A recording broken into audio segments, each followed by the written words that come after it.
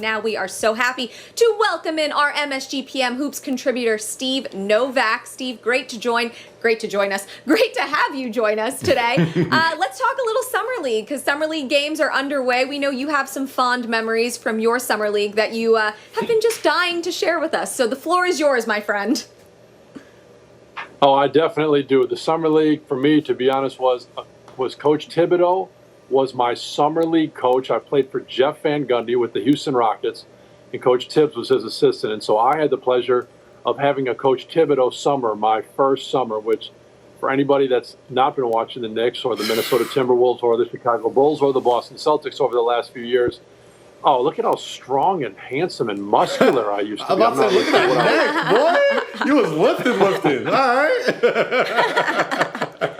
That was back in my protein shake days. But Coach Thibodeau, he worked with me all summer long. As soon as I got to Houston, coached us to a 5-0 record.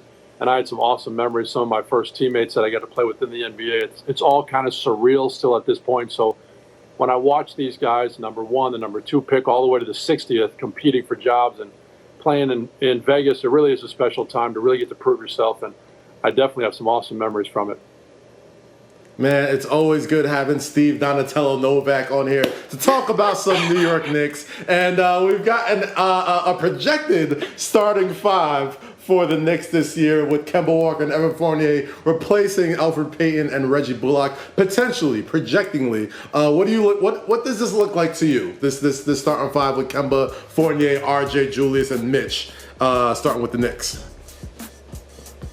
You know, I think going into free agency, look, the Knicks had over $50 million to spend, and so you look at this as not that big of a change. I do think Evan Fournier is a big-time addition. It's not the big splash that I think everybody is continuing to hope for in New York, but I do think that it does seem like Leon Rose and company does have a plan in place. You can tell that they're signing guys for 2-3 years. There's no question they are trying not to skip steps. They're trying to improve and get better, use what Coach Thibodeau has done with the base of this group, with what Julius Randle did last year, with the improvement of RJ Barrett. Allow those guys to continue to be better this year, not go out and get someone who changes who they are and who the leaders of this team is. And although it's not the biggest splash, Evan Fournier, he helps a guy like RJ Barrett. Having D Rose back, there's no question he was a spark off the bench last year and obviously could start as well. So I like the moves they made. They're not skipping steps. We'll see what happens in future summers, but I do like these moves, although they're not the biggest name moves in the world. We talked a lot about Derrick Rose last night on the show, Novi, and just how crucial his health is to his longevity. That backcourt of Kemba Walker and Derrick Rose, how important is it that those two guys stay healthy for the Knicks' overall success next season? Look, it's so important. The point guard spot, the shooting guard spot, I think was really what needed to be addressed this offseason for New York. That's a big-time role in the league in general, but for the New York Knicks, that's what needed to be improved upon. And so I think Kemba Walker, yes, he may have an arthritic knee. He has gone under some treatments. He has tried to get better. He is a bargain because of it. And we don't know, is he going to be the Kemba of past? Is he going to be worse?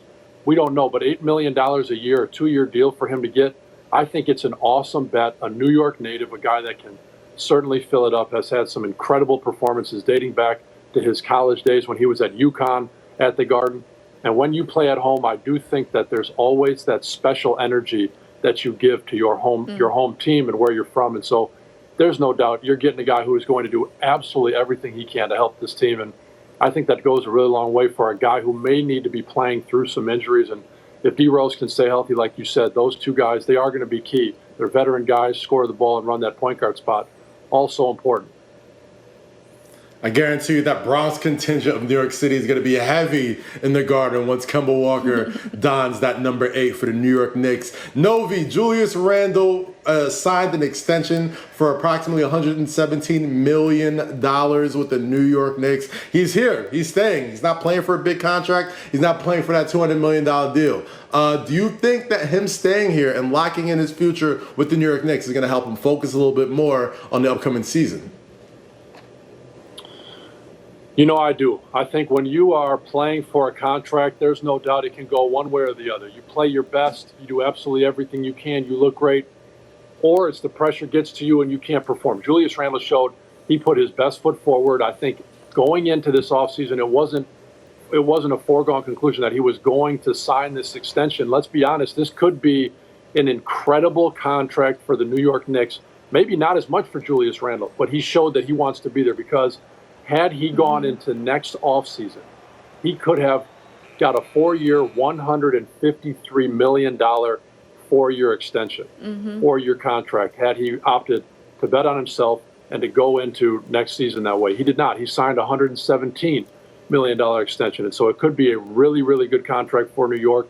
He actually could have gone for a 5-year, $207 million contract as of next year. So the financials could end up working perfect for the New York Knicks. He signed 117.